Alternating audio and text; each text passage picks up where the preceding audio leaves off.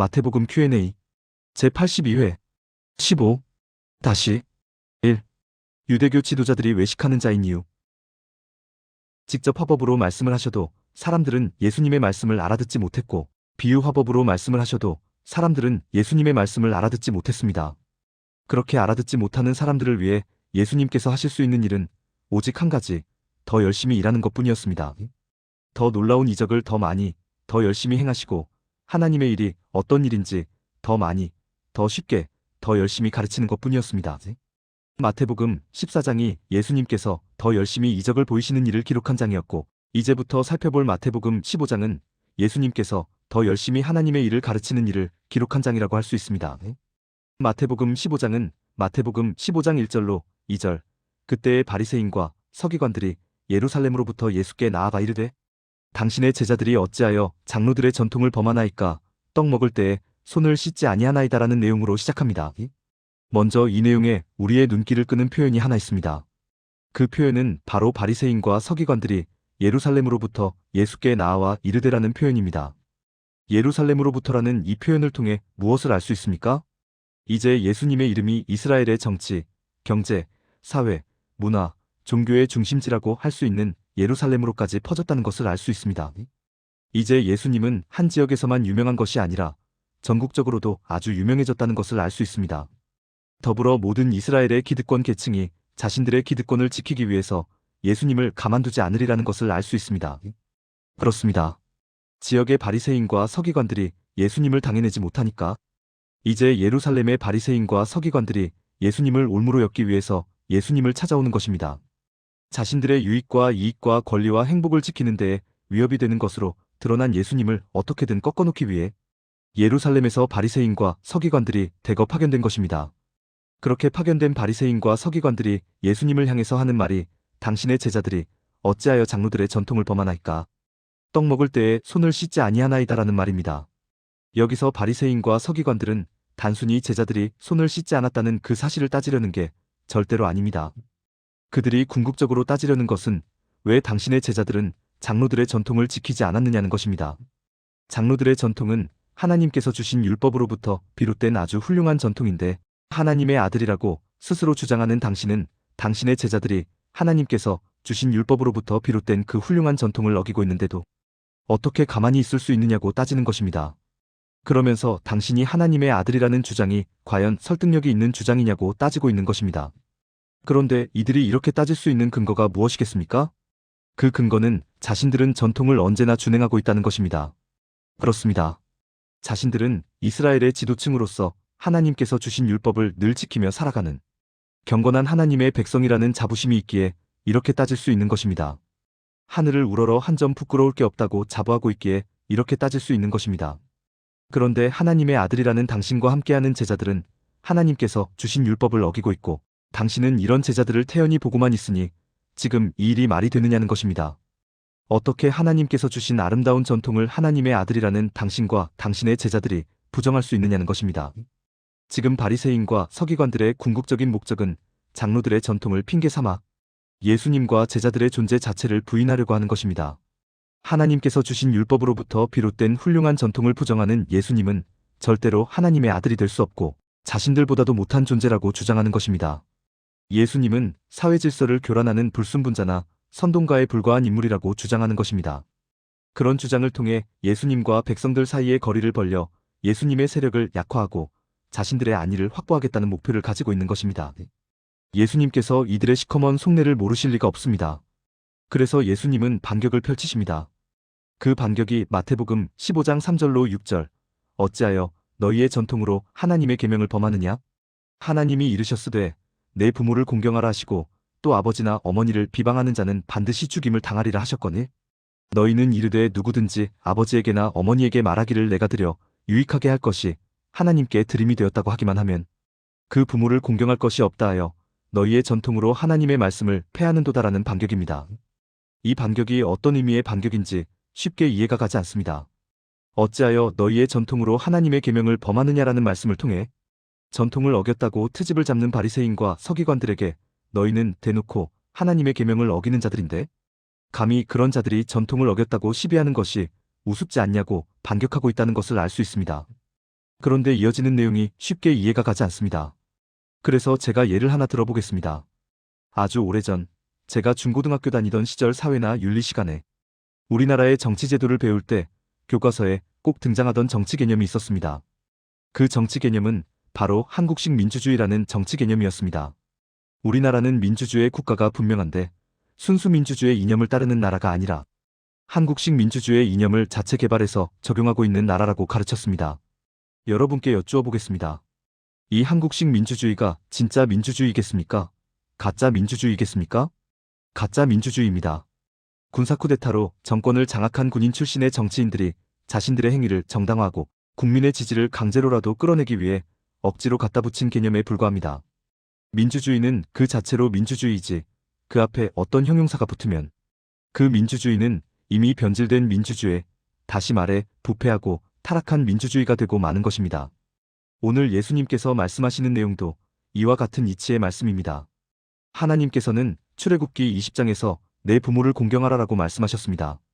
하나님께서 이렇게 말씀하신 이유는 이것이 옳기 때문입니다. 부모를 공경해야만 부모도 행복하고 자녀도 행복하고 모든 사람이 행복하기 때문입니다. 즉 하나님께서는 모든 사람의 행복을 위해 내 부모를 공경하라라고 말씀하셨던 것입니다. 그러나 하나님의 이 말씀을 이스라엘 장로들은 변질시킵니다. 그 변질된 것이 바로 오늘 예수님께서 말씀하신 내용으로 고르반이라는 것입니다. 고르반의 원래 뜻은 하나님께 바치는 헌물 또는 제물을 말합니다. 그런데 이스라엘 장로들은 자신들의 유익과 이익을 위해 이 제도를 악용하기 시작했습니다. 예를 들어서 부모님을 공양할 돈이 생겼습니다. 그런데 부모를 위해 이 돈을 사용하고 싶지 않습니다. 바로 그때 그 돈을 하나님께 바치겠다고 약속하는 것입니다. 하나님께서 부모를 공경하라고 말씀하셨는데 부모를 위해 사용할 돈을 다른 곳에 쓰자니 하나님의 말씀을 어긴 결과가 됩니다.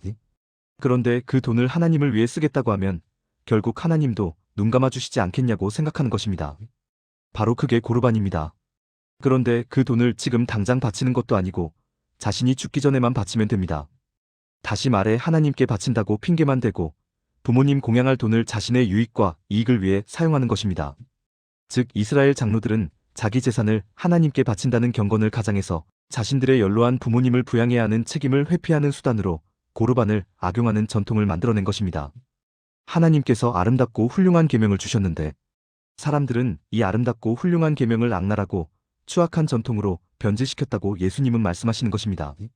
사람들이 만든 전통이 대부분 이런 전통인데 그 전통을 어겼다고 시시비비를 가리는 것 자체가 말도 안 된다고 예수님은 말씀하시는 것입니다. 그러면서 예수님은 성경의 말씀을 인용하여 바리새인과 서기관들이 어떤 사람들인지를 깨우쳐 주십니다. 그 말씀이 마태복음 15장 7절로 9절로서 이런 말씀입니다. 외식하는 자들아 이사야가 너희에 관하여 잘 예언하였도다. 일러스되 이 백성이 입술로는 나를 공경하되 마음은 내게서 멀도다. 사람의 계명으로 교훈을 삼아 가르치니 나를 헛되이 경배하는도다라는 말씀입니다. 많은 사람들은 이 말씀을 가지고 형식주의에 빠진 바리새인과 서기관들을 책망하는 말씀이라고 이야기합니다. 그 증거로 외식하는 자들아라는 표현을 제시합니다.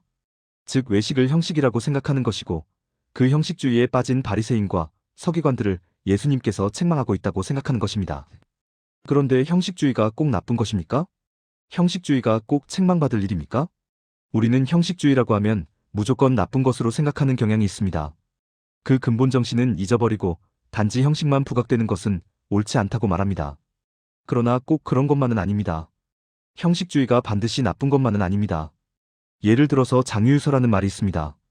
윗사람과 아랫사람 사이에는 지켜야 할 차례와 질서가 있음을 뜻하는 말입니다.